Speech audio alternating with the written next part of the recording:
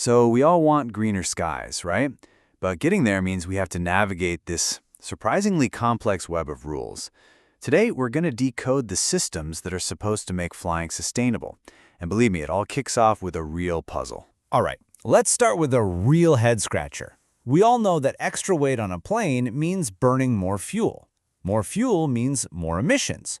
So why on earth would an airline choose to carry extra fuel on purpose?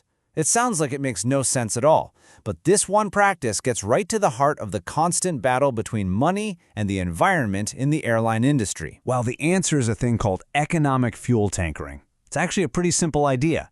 If fuel is cheap where you are, you just fill up the tanks with way more than you need for the flight ahead. The airline saves a bunch of money. But, and this is a big but, there's a catch. That heavier plane is now less efficient and it's pumping out more CO2.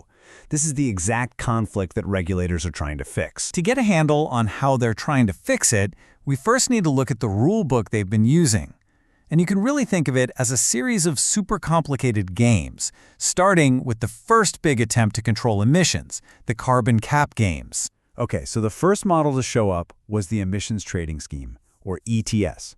Honestly, the easiest way to think about it is as a pay-to-play system. Regulators set a cap, a hard limit, on the total amount of pollution that's allowed. Then companies get or buy allowances. It's like a permit to pollute. If you clean up your act and pollute less, you can actually sell your extra allowances. But if you pollute more, you got to go out and buy more. But, you know, in the real world, this system gets messy, fast. A single flight isn't just playing by one set of rules. Take a flight from Gran Canaria to Rome. The airline has to check its emissions against 4 different schemes. You've got the EU, the UK, Switzerland, and the global CORSIA scheme all involved. But then they only have to report to 2 of them, and only have to pay up or surrender allowances under 1. It's this total maze of overlapping rules. And that mess is a big reason why the world tried to come up with, a single global plan. And this brings us to the next level of the game, the global offsetting scheme. And that brings us to CORSIA, the Carbon Offsetting and Reduction Scheme for International Aviation. Now, unlike cap and trade, CORSIA doesn't actually limit total emissions. Instead, the goal here is to make any growth in flying carbon neutral. It forces airlines to buy credits to offset any emissions that go above what they were in 2020. Yeah, and this whole thing isn't just flipping a switch. CORSIA is being rolled out slowly, in phases. It started as a voluntary thing, but it's set to become mandatory for most countries in 2027. It's a really long-term strategy, trying to manage the growth of airline emissions for the whole planet. Okay, so we've got the regional games and the global plan. But now, there's a plot twist. A brand new rule is changing everything, and it takes direct aim at that fuel tankering puzzle we started with. This is the Sustainable Fuel Mandate, and it's a whole new layer to the game. 90%. Just remember that number. It's at the absolute heart of this new rule called ReFuelEU Aviation. But 90% of what exactly? So what's it 90% of? It's 90% of the fuel a plane actually needs for its flight. Under this rule, if a plane's at a major airport in the EU, it has to fill up with at least 90% of the fuel it requires for its next trip. This is a direct shot at economic fuel tankering.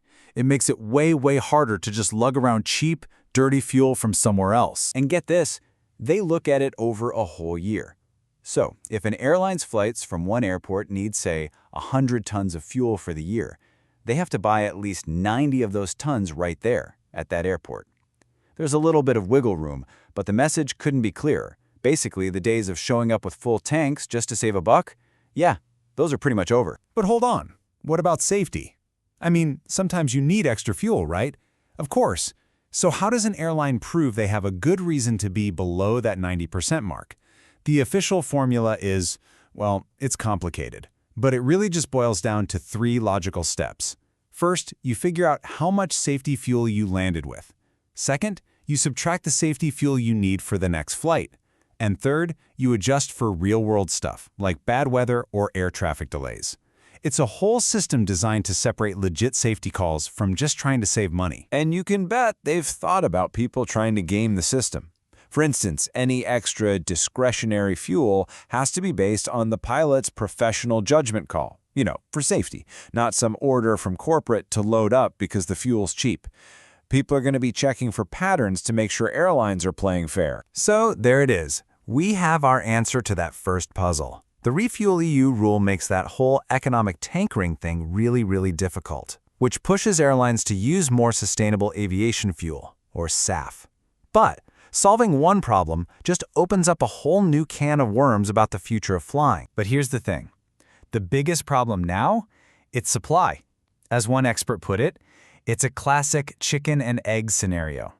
This new rule creates this huge demand for sustainable aviation fuel.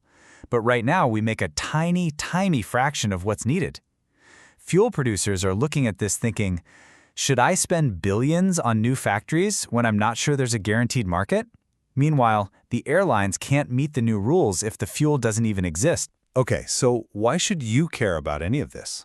Because this whole supply and demand squeeze is probably going to hit you right in the wallet. SAF is already way more expensive than regular jet fuel.